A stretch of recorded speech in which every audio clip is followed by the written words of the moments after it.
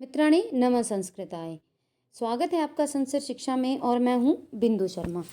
आज हम करेंगे एक महत्वपूर्ण कक्षा किरात अर्जुनीयम के ग्रंथ के विषय में, जिसके लेखक हैं भारवी। जो किरात अर्जुनीयम ग्रंथ है वो 18 सर्गों में निबद्ध है और ये महर्षि महाकवि भारवी का एकमात्र महाकाव्य है। इसमें क्या है, इसमें जो अर्जुन है वो हिमालय पर्वत पर जाते हैं और फिर किरात वेशधारी शिव युद्ध से प्रसन्न हो जाते हैं। उन दोनों का आपस में युद्ध होता है और शिव पाशुपत अस्त्र प्रदान करते हैं अर्जुन को। तो ये एक एक लाइन एक एक प्रश्न बनती है फ्रेंड्स। कई बार ये पूछ लिया जाता है कि किरात अर्जुनियम के प्रथम सर्ग में कौन किसको दूत बनाकर भेजता है। तो इसमें जो युधिष्ठिर हैं वो एक वनेचर को दूत बनाकर भेजते हैं कि कौरवों के प्रति युद्ध के लिए जो प्रेरित करने का वर्णन है द्रौपदी द्वारा। तो किरात अर्जुन का कथानक, कई बार ये प्रश्न आ जाता है कि कहाँ से लिया गया है। तो ये महाभारत के वन पर्व से लिया गया है। कहाँ से लिया गया है? महाभारत के वन पर्व से। और इसमें क्या होता है, प्रथम सर्ग ज़्यादा महत्वपूर्ण है इसका। तो सर्ग के आरंभ में जो वनेचर है वो द्वैत वन में निवास करते हैं। पांडव कौन से वन में? द्वैत वन में निवास करते हैं। और जो वनेचर है वो दुर्योधन की स्थिति बताता है। वो कहता है कि हालांकि युधिष्ठिर का जो राज्य था, पांडवा का जो राज्य था, वो दुर्योधन ने छल कपट से छीना है, लेकिन वो अपने यश की वृद्धि के लिए बहुत ही अच्छे कार्य कर रहा है। और इधर जब द्रौपदी ये सुनती है ये सब बातें, तो वो क्रोधित होकर युधिष्ठिर को युद्ध के लिए प्रेरित करती है। तो कल इसकी हम सूक्तियाँ भी करेंगे और महत्वपूर्ण प्रश्न भी। तो अभी हमने इसका सारांश कर लिया है किरात अर्जुनियम का। तो आइए अब कवियों के बारे, लेखकों के बारे में भी चीज़ें पूछ ली जाती हैं। तो अब हम देखते हैं कि किरात अर्जुनियम के लेखक श्री भारवी का स्थिति काल। किरात अर्जुनियम संस्कृत साहित्य का प्रसिद्ध महाकाव्य है जो भारवी द्वारा विरचित है। महाकाव्य की वृत्तत्रयी में कौन कौन से ग्रंथ आते हैं, ये महत्वपूर्ण प्रश्न बनता है यहाँ से। तो किरात, शिशुपाल वध और नैषधीय चरितम, ये तीनों वृहत्त्रयी के अंतर्गत आते हैं। तो इसमें कितने सर्ग हैं? 18। शिशुपाल वध में 20 और नैषधीय चरितम में 22। तो दो दो का अंतर है। और यदि हम ट्रिक के माध्यम से याद करेंगे इसको, तो ये बनता है किशन। कौन है? किशन। अब इसके लेखक भी देख लेते हैं एक बार। किरात अर्जुनियम के लेखक हैं श्री भारवी। शिशुपाल वध के लेखक हैं माघ और नैषधीय चरितम के लेखक हैं श्री हर्ष। तो इसके बारे में, वृत्तत्रयी के बारे में भी हमने जान लिया है सारा। फिर एक बार जान लेते हैं। किरात अर्जुनियम, शिशुपाल वध और नैषध, ये तीनों क्या हैं? ये वृत्तत्रयी हैं। मोस्ट इंपोर्टेंट क्वेश्चन बनता है यहाँ से। आइए आगे देखते हैं। माघ पर भारवी का प्रभाव स्पष्ट रूप से परिलक्षित होता है। इससे यह ज्ञात होता है कि जो भारवी का काल माघ से पूर्व का है। बाण ने अपने ग्रंथों में भारवी का कहीं उल्लेख नहीं किया है। इससे यह प्रतीत होता है कि बाण के समय तक भारवी को प्रसिद्धि नहीं मिली थी। ऐहोल के 634 ईस्वी के शिलालेख में भारवी का नाम मिलता है। एक प्रश्न यहाँ से बन जाता है कि ऐहोल के 634 ईस्वी के शिलालेख में भारवी का नाम मिलता है। तो इससे हमें ये जानकारी प्राप्त होती है कि 634 ईस्वी तक भारवी प्रसिद्ध हो चुके थे। अवंती सुंदरी कथा के आधार पर भारवी दक्षिण के रहने वाले थे, दक्षिणात्य थे और पुलकेशन द्वितीय के अनुज के सभा पंडित थे, जिनका शासनकाल 615 ईस्वी के आसपास था। अतः भारवी का समय भी किसके आसपास था? 600 ईस्वी के आसपास होना चाहिए। यहाँ यह स्पष्ट कर देना उचित होगा कि अन्य कवियों की तरह भारवी के संबंध में भी कोई प्रमाणिक जानकारी नहीं मिलती, क्योंकि न तो स्वयं भारवी ने अपनी कृतियों में संकेत दिया है और न ही किसी आलोचक या अन्य लोगों ने उनके बारे में कुछ लिखा है। तो भारवी का समय 600 ईस्वी के आसपास ठहरता है। कुछ बाह्य साक्ष्यों को संक्षेप में प्रस्तुत किया जा रहा है यहाँ पर। कैसे? वामन और जादित्य द्वारा सन 650 ईस्वी में तैयार की गई काशिकावृत्ति। अब यहाँ से एक प्रश्न और बन जाता है कि काशिकावृत्ति किसने लिखी थी? ये लिखी थी वामन और जयादित्य ने। एक प्रश्न यहाँ से निकल जाता है। और किरात अर्जुनीयम के उद्धरण से प्रतीत होता है कि उस समय भारवी कवि के रूप में प्रसिद्ध हो चुके थे, अतः भारवी का समय 650 ईस्वी से पूर्व होना चाहिए। कालिदास की कविता का प्रभाव भारवी और माघ पर 700 ईस्वी के लगभग भारवी पर परिलक्षित होता है, अतः दोनों के मध्य अर्थात 600 ईस्वी के आसपास का समय माना जाता है। किस किस का? भारवी और माघ का। सम्राट हर्षवर्धन 606 से 648 ईस्वी के राजकवि बाणभट्ट ने अपनी रचनाओं में भारवी का उल्लेख नहीं किया है। इससे सिद्ध होता है कि भारवी का समय 6ठी शताब्दी का उत्तरार्ध में था। तो भारवी का समय कुछ भी रहा हो, लेकिन यह तो निर्विवाद सत्य है कि दक्षिण भारत के निवासी भारवी विद्यापार की अपूर्व कार्यकौशल युक्त तथा परम राजनीतिज्ञ थे। इसलिए भारवी के अद्वितीय प्रखर पांडित्यपूर्ण प्रतिभा ने संस्कृत साहित्य को अलंकृत कर दिया है।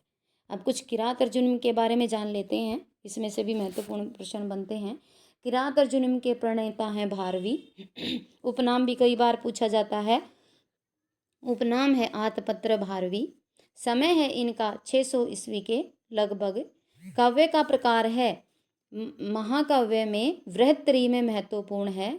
वृहत्तरी में कौन कौन से आते हैं हम पहले पढ़ चुके हैं, किरात, शिशुपाल और नैषद।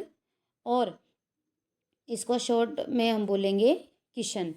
और लघुत्रयी में 3 ग्रंथ कौन से आते हैं वो आप कमेंट में बता सकते हैं। उपजीव्य है महाभारत का वन पर्व।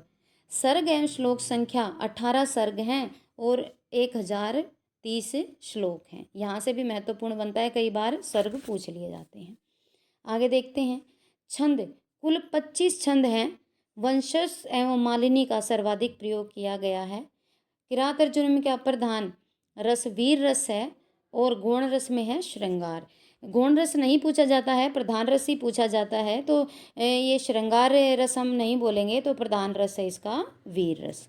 रीति कौन सी है? पांचाली रीति है। किरात अर्जुनीय में कौन सी रीति है? पांचाली।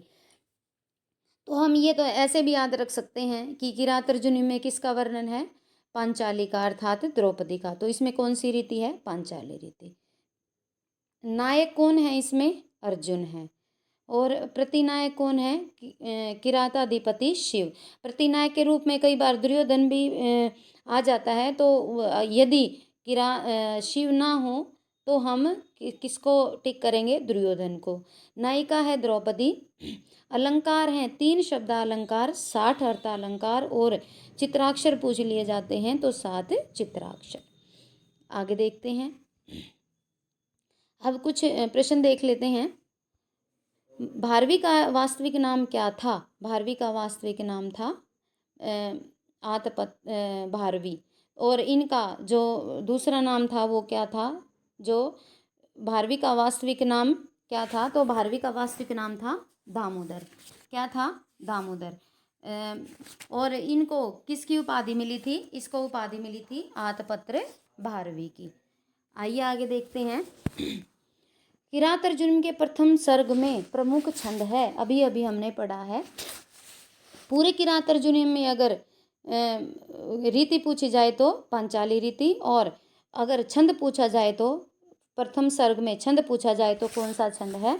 इसमें है वंशस्थ छंद। कौन सा? वंशस्थ छंद। पांडव वनवास में कितने दिन रहे थे? तो पांडव वनवास में कितने दिन रहे थे? वो रहे थे 13 वर्ष। कितने वर्ष रहे थे? 13 वर्ष। आगे देखते हैं। पांडव 13 वर्ष वनवास में रहे थे, जिसमें 12 वर्ष तो वन में रहना था और 1 वर्ष क्या था? अज्ञातवास था। आगे देखते हैं। प्रश्न नंबर 4। किरात अर्जुन के प्रथम सर्ग में वनेचर किससे वार्तालाप कर रहा है? दुर्योधन से, युधिष्ठिर से, द्रौपदी से या भीम से? तो वनेचर किससे बात कर रहा था? वो कर रहा था युधिष्ठिर से, क्योंकि युधिष्ठिर ने ही वनेचर को भेजा था दुर्योधन के राज कार्य का पता लगाने के लिए। अगला है किरात अर्जुनीम का कथानक कहाँ से लिया गया है? रामायण से, पुराणों से, महाभारत से या गीता से? तो ये महाभारत से लिया गया है और महाभारत के भी वन पर्व से लिया गया है। किरात अर्जुनीम के मंगलाचरण में छंद है, तो कौन सा छंद है? आर्या, अनुष्टुप, उपजाति या वंशस्थ? तो कौन सा छंद है किरात अर्जुनीम के मंगलाचरण में? तो ये है वंशस्थ छंद। आगे देखते हैं। किरात अर्जुनीयम के सर्गांत में कौन सा शब्द प्रयोग हुआ है? सरस्वती, लक्ष्मी, पार्वती या शिव? तो लक्ष्मी, तो इसलिए इसको लक्ष्मी पदांत महाकाव्य भी कहा जाता है। आगे देखते हैं। किरात अर्जुनीयम में अर्जुन का रूप है इंद्र के समान, शिव के समान, विष्णु के समान या कृष्ण के समान? तो ये वो इंद्र के समान अर्जुन का रूप है। आतपत्र किसका उपनाम है? माघ का, भारवी का, भवभूति का या भास का? तो आतपत्र किसका नाम है? ये है भारवी का। आगे देखते हैं। किरात अर्जुनीम के प्रथम सर्ग में कितने श्लोक हैं? तो कितने श्लोक हैं फ्रेंड्स? इसमें हैं 50 हैं, 46 हैं, 48 हैं या 42 हैं? तो इसमें हैं 46। कितने श्लोक हैं? 46। बृहत्त्रयी में ग्रंथ नहीं है। किरात अर्जुनीयम, शिशुपाल वध, उत्तरामचरित और नैषधीय चरितम। तो किरात, शिशुपाल, नैषध ये तीनों बृहत्त्रयी हैं और उत्तरामचरित नहीं है।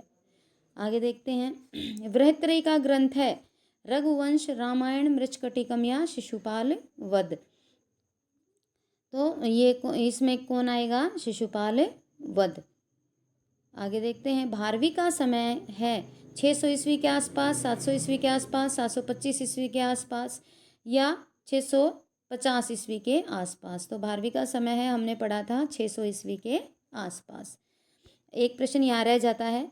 किरात अर्जुनीयम में कितने सर्ग हैं? 20, 18, 19 या 15? तो कितने सर्ग हैं इसमें? इसमें 18 सर्ग हैं। कितने हैं? 18। आइए आगे देखते हैं। भारवी प्रसिद्ध हैं उपमा के लिए, पदलालित्य के लिए, अर्थगौरव के लिए या रस प्रयोग के लिए? तो भारवी अर्थ गौरवम, तो ये अर्थगौरव के लिए प्रसिद्ध हैं। एक श्लोक आपने सुना भी होगा, पढ़ा भी होगा।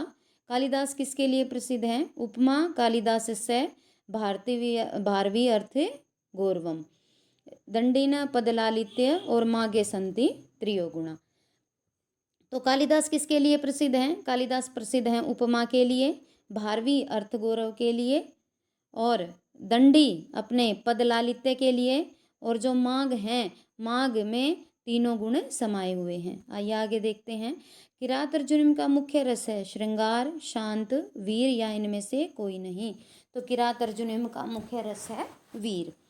भारवी को रस प्रिय है। कौन सा रस प्रिय है भारवी को? निदर्शना, अर्थांतरन्यास, उपमा या उत्प्रेक्षा? तो कौन सा है ये? अर्थांतरन्यास। पांडवों को अज्ञातवास करना पड़ा था 1 वर्ष का, 13 वर्ष का, 14 वर्ष का या 12 वर्ष का? तो 12 वर्ष का तो वनवास था और 1 वर्ष अज्ञातवास था, और कुल मिलाकर उनको 13 साल वनवास में रहना था। पांडवों ने अपना निवास स्थान बनाया। मोस्ट इंपॉर्टेंट क्वेश्चन है। शांति वन को, द्वैत वन को, तुलसी वन को या इनमें से कोई नहीं? तो द्वैत वन में वो रहते थे। वन में द्रौपदी युधिष्ठिर को किसके प्रति उकसाती है? भीम के, दुर्योधन के, अर्जुन के प्रति या धृतराष्ट्र के प्रति? तो दुर्योधन के प्रति द्रौपदी युधिष्ठिर को युद्ध करने के लिए प्रेरित करती है। आगे है। भारवी ने किस अलंकार को उपमुक्ता दी है? उपमा, रूपक, चित्रा अलंकार या अर्था अंतर्न्यास? तो किसको चित्रा अलंकार है किरात अर्जुनीयम में। भारवी के पिता का क्या नाम था? लक्ष्मीधर, श्रीधर, कृष्णधर या मनोहर? तो क्या नाम था? भारवी के पिता का नाम था श्रीधर। भारवी की माता कौन थी? सुशीला, सुनीता, सुगीता या राधा? तो भारवी की माता कौन थी? सुशीला। भारवी की माता कौन थी? सुशीला। आगे देखते हैं। किरात अर्जुनीयम का पात्र नहीं है। किरात अर्जुनीयम का पात्र नहीं है। युधिष्ठिर, भीम, दुर्योधन या अज? तो किरात अर्जुनीयम का पात्र कौन नहीं है? युधिष्ठिर भी हैं, भीम भी है, दुर्योधन भी है, लेकिन अज नहीं है। आइए आगे देखते हैं। किरात अर्जुन का पात्र है दुष्यंत, राम, चारुदत्त या वनेचर। तो कौन है इसमें? इसमें है वनेचर। किरात अर्जुनियम किस विधा का ग्रंथ है? नाटक है, गद्य है, महाकाव्य है या चंपू काव्य है? तो किरात अर्जुनियम क्या है? महाकाव्य। आगे देखते हैं। भारवी की प्रसिद्धि है उपमा के लिए, पदलालित्य के लिए, अर्थ गंभीरता के लिए या इनमें से कोई नहीं। तो भारवी अर्थ की गंभीरता के लिए प्रसिद्ध हैं। भारवी की कविता पर प्रभाव पड़ा है कालिदास की कविता का, माघ की कविता का, बाण की कादंबरी का या इनमें से कोई नहीं। तो कालिदास की कविता का माघ पर प्रभाव पड़ा है, भारवी पर प्रभाव पड़ा है। कथानक की दृष्टि से किरात अर्जुनियम में सर्ग पर्याप्त थे। 4 से 5, 3 से 4, 5 से 6 या 8 से 10। तो कथानक की दृष्टि से ये माना जाता है कि 4 से 5 सर्ग किरात अर्जुनियम के लिए पर्याप्त थे। किरात अर्जुनियम के प्रथम सर्ग में तेजस्वी रूप का चित्रण मिलता है। किसका? भानुमति का, द्रौपदी का, गांधारी का या सुशीला का? तो तेजस्वी रूप किसका मिलता है? द्रौपदी का। आगे, सेवक, राजा, सैनिक आदि से परिपूर्ण होते हुए भी भयभीत रहता है। दुर्योधन युधिष्ठिर से, युधिष्ठिर दुर्योधन से, युधिष्ठिर द्रौपदी से या भीम युधिष्ठिर से? तो वनेचर बताता है कि उसके पास सारे सेवक हैं, राजा है, सैनिक हैं, लेकिन फिर भी जो दुर्योधन है वो युधिष्ठिर से भयभीत रहता है। युधिष्ठिर ने अपने विशाल राज्य को किस कारण से परित्याग कर दिया था? द्यूतक्रीड़ा से, युद्ध से, प्रजापालन से या सुख भोगने से? तो द्यूतक्रीड़ा के कारण युधिष्ठिर और पांडवों को परित्यक्त कर दिया गया था राज्य से। भारवी की काव्य प्रतिभा को बाहर से कठोर और अंदर से रसपेशल किसने कहा है? नारिकेल फलम कहा जाता है भारवी को। तो किसने कहा है ये? मल्लीनाथ ने, धनिक ने, लक्ष्मीधर ने या जखमोला ने? तो किसने कहा है? ये कहा है मल्लीनाथ ने। आगे देखते हैं। दुशासन को युवराज बनाकर स्वयं यज्ञ आदि कर्म कौन करता है? युधिष्ठिर, दुर्योधन, धृतराष्ट्र या वनेचर? तो कौन करता है? दुर्योधन। वनवास काल में कठोर भूमि पर कौन सोते हैं? नकुल, सहदेव, भीम और नकुल, दुष्यंत या दुर्योधन? तो ये प्रसंग है जब द्रौपदी युधिष्ठिर को युद्ध करने के लिए प्रेरित कर रही होती है, तो वो कहती है कि वनवास काल में नकुल और सहदेव कैसे कठोर भूमि पर सो रहे हैं। अर्जुन और किरात के युद्ध का सजीव वर्णन किरात अर्जुनियम के किस सर्ग से किस सर्ग तक मिलता है? पहले से 5वें तक, 15वें से 18वें तक, 10वें से 12वें तक या 12वें से 15वें तक? तो 15 से 18 सर्ग तक अर्जुन और किरात के युद्ध का सजीव वर्णन मिलता है। किरात अर्जुनियम का नायक है किरात, अर्जुन, दुर्योधन या युधिष्ठिर? तो किरात अर्जुनियम का नायक कौन है? अर्जुन। और किरात कौन है? भगवान शिव। किरात अर्जुनियम के कथानक का मूल स्रोत महाभारत का कौन सा पर्व है? तो ये हम कर चुके हैं, वन पर्व। वर्णलिंगी कौन था? दुर्योधन, युधिष्ठिर, भीम या वनेचर? तो कौन था? वनेचर को ही वर्णलिंगी कहा गया है। आगे देखते हैं। वनेचर ने युधिष्ठिर से कहाँ भेंट की? वन में, द्वैत वन में, भवन में या अंतपुर में? तो वे कहाँ थे? वनेचर ने युधिष्ठिर से कहाँ भेंट की? द्वैत वन में। वनेचर किस वेश में गया था? भिखारी के, सेवक के, ब्रह्मचारी के या राजा के वेश में? तो कहाँ गया था? किस वेश में? ब्रह्मचारी के वेश में वनेचर गया था। वनेचर दुर्योधन की बातचीत को सुनकर किसके पास गया? भीम के पास, युधिष्ठिर के पास, द्रौपदी के पास या कर्ण के पास?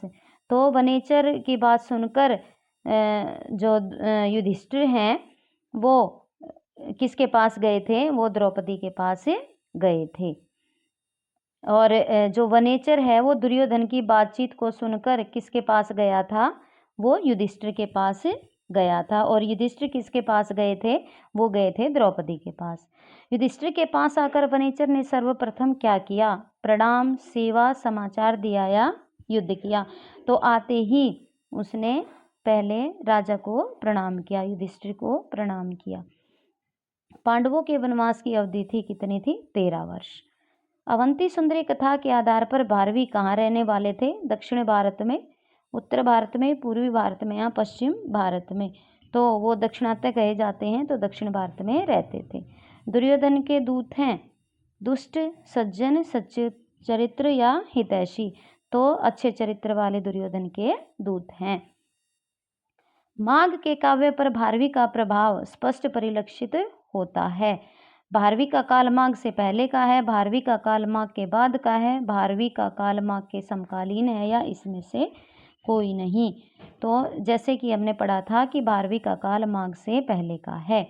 भारवी की रचना है 1, 3, 2 या 4? तो भारवी की एकमात्र रचना है, क्या है? किरात अर्जुनीयम। द्वैतवन में युधिष्ठिर के पास आया, कौन आया था?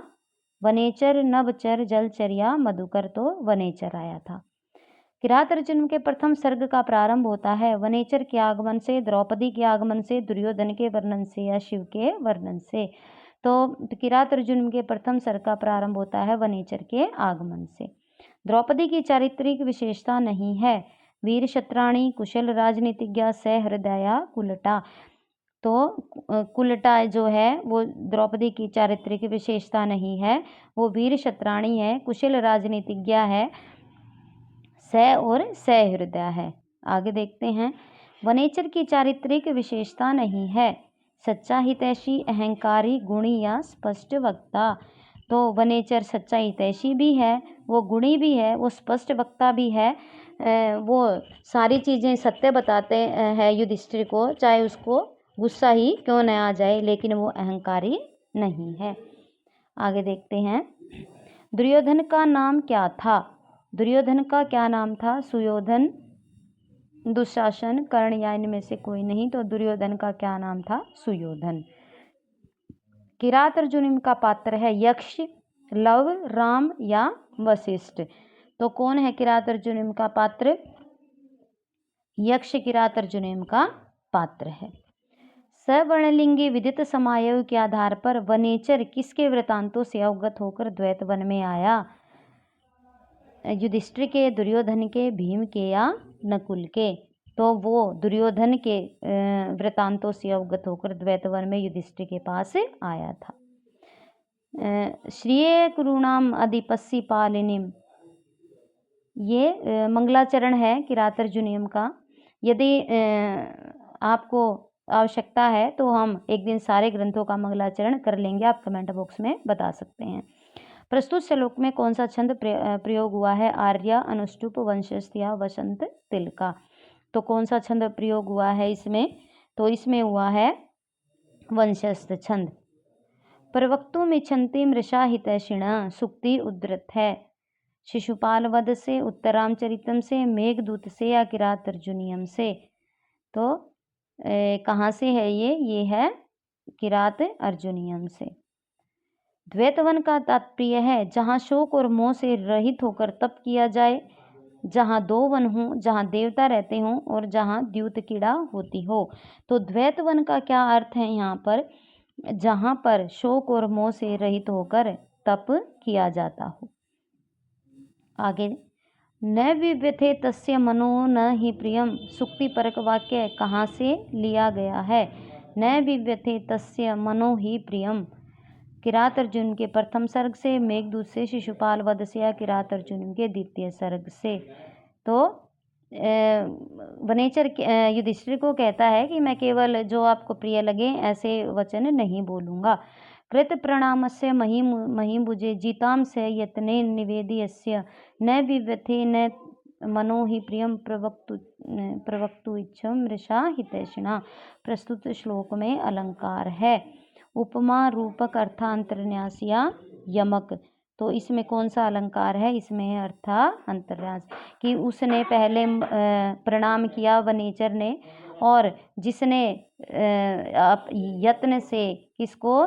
जीताम स यत्ने निवेद्यस्य, उसके बारे में, किसके बारे में, वो दुर्योधन के बारे में बता रहे हैं कि वो मैं केवल ऐसे वचन नहीं बोलूँगा कि जो आपको प्रिय लगे, कि ऐसे वचन बहुत ही मुश्किल होते हैं जो प्रिय भी हों और हितकर भी हों। तो इसमें कौन सा अलंकार है? अर्थ्यान्तरास। विनिश्चिता अर्थामिति वाचम आददे किसके लिए प्रयुक्त है? किरात के लिए, युधिष्ठिर के लिए, दुर्योधन के लिए या द्रौपदी के लिए? तो ये किरात के लिए प्रयुक्त है। ससोष्टम औदार्य विशेषशालिनी वाचम आददे, इसका वक्ता है किरात, युधिष्ठिर, दुर्योधन या द्रौपदी। तो ये कौन बोलता है? ये बोलता है किरात। आददे क्रिया का लकार पुरुष वचन है। लिट लकार प्रथम पुरुष, लट लकार प्रथम पुरुष एक वचन, लिट लकार मध्यम पुरुष एक वचन, या लिट लकार प्रथम पुरुष बहुवचन। तो क्या है इसमें? है लिट लकार प्रथम पुरुष एक वचन। हितम मनोहारी च दुर्लभ वचन, कि जो हितकारी और मनोहारी वचन दुर्लभ होते हैं। ये कौन कहता है? किरात, युधिष्ठिर, दुर्योधन या दुशासन। तो कौन कहता है ये कहता है किरात। किसको? युधिष्ठिर से कहता है कि जो आपके हितकारी भी हों और वो वचन आपको मनोहारी भी लगे, ऐसे वचन दुर्लभ ही होते हैं। अतोर अरहसी शंतुम साधु, साधु वा में कौन किससे समायाचना कर रहा है? दुर्योधन युधिष्ठिर से, द्रौपदी युधिष्ठिर से, किरात युधिष्ठिर से, या इनमें से कोई नहीं। तो ये कौन कह रहा है? किरात युधिष्ठिर से कह रहा है कि वो पहले ही क्षमा मांग लेता है कि मैं जो बातें दुर्योधन के विषय में बताने वाला हूँ कि वो शायद आपको अच्छी ना लगे, इसीलिए मैं आपसे पहले ही क्षमा मांगता हूँ। न वंचनीय प्रभो अनुजीव भी, कौन किसके द्वारा नहीं ठगा जाना चाहिए? कि अपने प्रभावजनों को नहीं ठगना चाहिए। कौन? दूरतों के द्वारा राजा को, सेवकों के द्वारा राजा को, राजा के द्वारा जनता को, या सेवकों के द्वारा जनता को।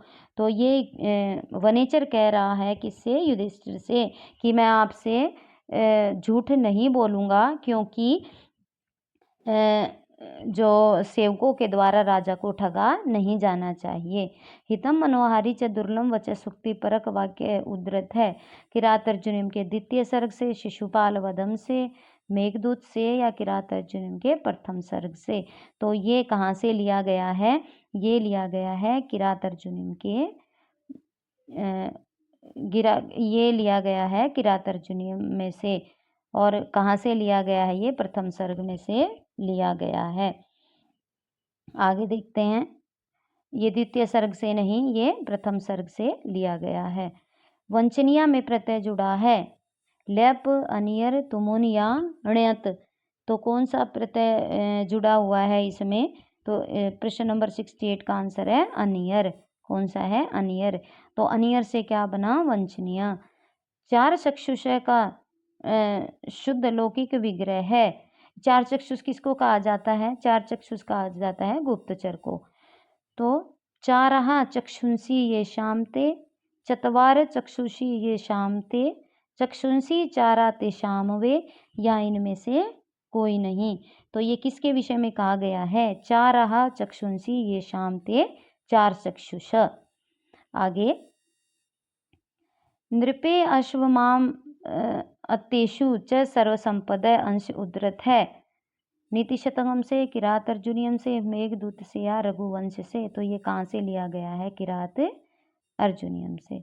स किम सखा साधुन शास्त्री यो अधियम, अंश का वक्ता है वनेचर, युधिष्ठिर, विद्वान, या दुर्योधन। तो ये कौन कहता है? ये वनेचर कहता है। आगे देखते हैं। शास्त्री में लकार पुरुष वचन है। तो शास्त्री में लकार पुरुष वचन है। लट लकार प्रथम पुरुष बहुवचन, लोट लकार प्रथम पुरुष बहुवचन, लट लकार प्रथम पुरुष एक वचन, या लंग लकार प्रथम पुरुष एक वचन। तो इसमें क्या है? लट लकार प्रथम पुरुष एक वचन। तो 72 का उत्तर हो जाएगा सी। तवा अनुभावो अयम वेदी यन्नम्या के अनुसार कौन किसको महत्व दे रहा है? कौन किसको महत्व दे रहा है कि वनेचर युधिष्ठिर को, युधिष्ठिर वनेचर दुर्योधन को, या सेवक युधिष्ठिर को। तो कौन किसको कह रहा है? वनेचर कह रहा है कि युधिष्ठिर को कह रहा है कि मैं जो कुछ भी हूँ आज वो आपके कारण ही हूँ। तवा अनुभाव अयम वेदी यन्मना में किसकी निरअहंकारिता स्पष्ट हो रही है? दुर्योधन की, युधिष्ठिर की, वनेचर की या दुशासन की? तो ये वनेचर की निरअहंकारिता स्पष्ट हो रही है। नयेन जेतुम जगती सुयोधन का वक्ता कौन है? वनेचर, सुयोधन, युधिष्ठिर या द्रौपदी? तो इसका वक्ता कौन है? वनेचर। कि क्या उस सुयोधन ने अपने न्याय से, अपने सच्चरित्र से पूरे जगत को, पूरी पृथ्वी को जीत लिया है। ये वो किसको बता रहा है? युधिष्ठिर को। विषयमान में प्रत्यय है। विषयमान में प्रत्यय है क्षत्रि, ल्यप, शानच या मतुप। तो कौन सा प्रत्यय है इसमें? है शानच। विषयमान मान में तो शानच में क्या बचता है? आन। तो विषयमान में कौन सा प्रत्यय है? शानच। आगे देखते हैं। दुरोम दरम का समास है विग्रह है। बहुवीरी दुष्टम उद्रम यस्य तत् कर्मधार्य। दुष्टम उद्रम यस्य तत् द्विगु दुष्टम उद्रम यस्य तत्, या इनमें से कोई नहीं। तो इसका बनेगा दुरोदरम दुष्टम उद्रम यस्य तत्। तो क्या बनेगा ये? दुरोदरम। भारवी ने सुयोधन के स्थान पर, ये सुशोधन नहीं है, ये सुयोधन है। भारवी ने सुयोधन के स्थान पर दुर्योधन का नाम प्रयोग क्यों किया? शक्तियों का दुरुपयोग करने के कारण, अच्छा योद्धा होने के कारण, बहुत धनवान होने के कारण, या अच्छी योजना बनाकर कार्य करने के कारण। तो इसमें क्या बताया गया है कि इसमें जो 78 का है कि अपनी शक्तियों का दुरुपयोग करने के कारण। वरम विरोधो अपि सम महात्मी सुक्ति उद्धृत है। मेघदूत से, शिशुपाल वध से, किरात अर्जुनियम से या नीति शतकम से। तो ये कहाँ से ली गई है? किरात अर्जुनियम से। तो इसका क्या है ये? वरम विरोधोपि सम्मातमी, कि महात्माओं के साथ या सभ्य जनों के साथ या सज्जन जनों के साथ विरोध भी अच्छा होता है। अनार्या में समास है, बहुब्री है, नय समास है, द्विगु है या द्वंद्व है? तो कौन सा समास है इसमें? नय। नय तत्पुरुष है। राजनीति के प्रकांड विद्वान मनु की राजनीति की संज्ञा किसे दी गई है? तो किसको दी गई है? कि जो दुर्योधन है वनेचर युधिष्ठिर को बताता है कि जो मनु के द्वारा, जो महर्षि मनु थे, जो उन्होंने राजनीति की पद्धति को बनाया था, उसी पद्धति को कौन? दुर्योधन ऐसे कैसे अपना रहा है, और किसको संज्ञा दी गई है? उसको मानवीय पदवी की। तो फ्रेंड्स, ये थे आज के हमारे 80 प्रश्न। ये एक मैराथन क्लास की तरह हो गई है। इसके बाकी के प्रश्न हम कल करेंगे। और आज हम कल लता का शब्द रूप किया था, तो आज एक महत्वपूर्ण शब्द रूप और कर लेते हैं हम, जो बहुत ही महत्वपूर्ण है, विद्वान का। तो आइए देखते हैं। विभक्ति सप्तमी संबोधन तक हम एक वचन, द्विवचन और बहुवचन, तीन वचन होते हैं, एक वचन, द्विवचन और बहुवचन। तो विद्वसे या विद्वान ये पुल्लिंग शब्द रूप है। तो आइए पढ़ते हैं। विद्वान, विद्वांसम, विदुषा, विदुषे, विदुषः, विदुषः, विदुषी। कई बार ये सप्तमी विभक्ति का पूछ लिया जाता है, क्योंकि इसमें क्या आता है? ये विदुषी आती है। तो ये विदुषी के कारण ये सप्तमी का रूप पूछ लिया जाता है। फिर पढ़ लेते हैं एक बार। विद्वान, विद्वांसम, विदुषा, विदुषे, विदुषः, विदुषः, विदुषी। विद्वान, विद्वांसम प्रथमा द्वितीया, विदुषा, विदुषे तृतीया चतुर्थी, विदुषः, विदुषः पंचमी षष्ठी, विदुषी हे विद्वान। द्विवचन देख लेते हैं। विद्वांसो, विद्वांसो, विद्वद्भ्याम, विद्वद्भ्याम, विद्वद्भ्याम, विदुषो, विदुषो हे विद्वांसो। तो इसमें प्रथमा द्वितीया एक जैसी, तृतीया चतुर्थी पंचमी एक जैसी, सप्तमी और षष्ठी और सप्तमी एक जैसी, और विद्वांसो यहाँ क्या हो जाएगा, प्रथमा का द्विवचन हो जाएगा।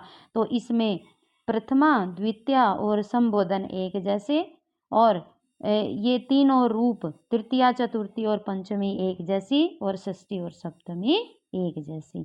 तो क्या बनेगा, विद्वांसो विद्वांसो विद्वद्भ्याम विद्वद्भ्याम विदुषो विदुषो हे विद्वांसो। अब बहुवचन देख लेते हैं।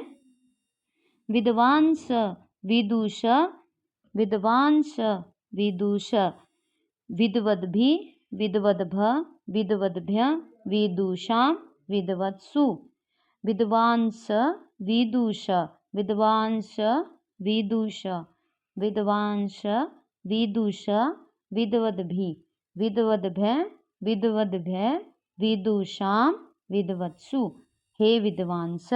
तो ये थोड़ा सा कठिन लग सकता है, लेकिन यदि हम चार पांच बार इसको पढ़ेंगे और सुनेंगे तो ये भी क्या हो जाएगा, जल्दी से याद हो जाएगा। एक बार फिर देख लेते हैं।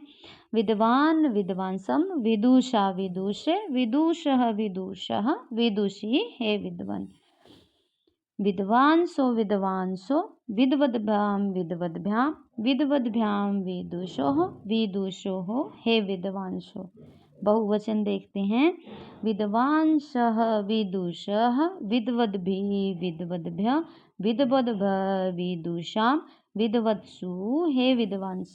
फ्रेंड्स, ये उच्चारण के साथ याद होंगी, जितना हम इसको गायन करके पढ़ेंगे उतनी ही जल्दी हमें ये याद हो जाएंगी। एक बार फिर देख लेते हैं।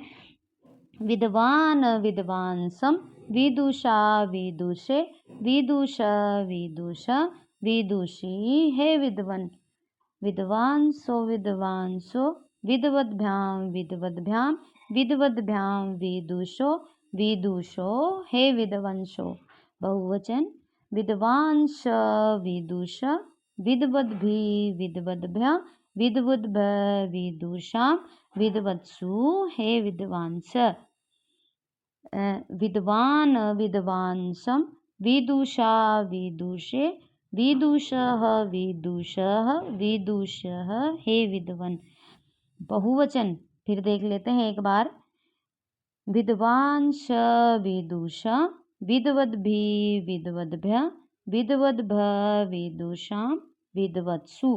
कई बार ये भी यहाँ से पूछ लिया जाता है कि विद्वत्सु, ये भी महत्वपूर्ण है। सप्तमी विभक्ति के तीनों वचन महत्वपूर्ण हैं। एक बार इनको देख लेते हैं। विदुषी विदुषो विद्वत्सु, विदुषी विदुषो विद्वत्सु। एक अंतिम बार फिर पढ़ते हैं सारा। विद्वान विद्वांसम विदुषा विदुषे विदुषः विदुषः विदुषी हे विद्वान, विद्वान विद्वांसम विदुषा विदुषे विदुषः विदुषः विदुषी हे विद्वान, विद्वांसो विद्वांसो विद्वद्भ्यां विद्वद्भ्यां विद्वद्भ्यां विदुषो विदुषोः हे विद्वांसो, विद्वांस विदुष विद्वद्भि विद्वद्भ्य विद्वांस विदुष विद्वद्भि विद्वद्भ्य विद्वद्भ्य विदुषां विदत्सु हे विद्वांस, विद्वांस विदुष विद्वद्भि विद्वद्भ्य विद्वद्भ्य विदुषां विद्वत्सु हे विद्वांस। द्विवचन देख लेते हैं। विद्वांसो विद्वांसो विद्वद्भ्यां विद्वद्भ्यां विद्वद्भ्यां विदुषो विदुषो हे विद्वांस। प्रथमा एक वचन। विद्वान द्वितीया विद्वंसम तृतीया विदुषा विदुषे चतुर्थी विदुष पंचमी विदुष षष्ठी विदुषी सप्तमी। तो फ्रेंड्स, ये थी आज की अपनी कक्षा। तो यदि आपको कक्षा अच्छी लगी हो तो प्लीज़ लाइक कीजिए, शेयर कीजिए, कमेंट कीजिए, और चैनल पर नए हैं तो प्लीज़ चैनल को सब्सक्राइब कीजिए। आज के लिए बस इतना ही। मिलते हैं कल एक नई कक्षा के साथ। तो ये कक्षा ऐसे ही हम कंटिन्यू रखेंगे। तो जैसा भी आपको कक्षा लगे आप कमेंट बॉक्स में कमेंट करके बता सकते हैं। आज के लिए बस इतना ही। मिलते हैं कल एक नई कक्षा के साथ। नमो नमः।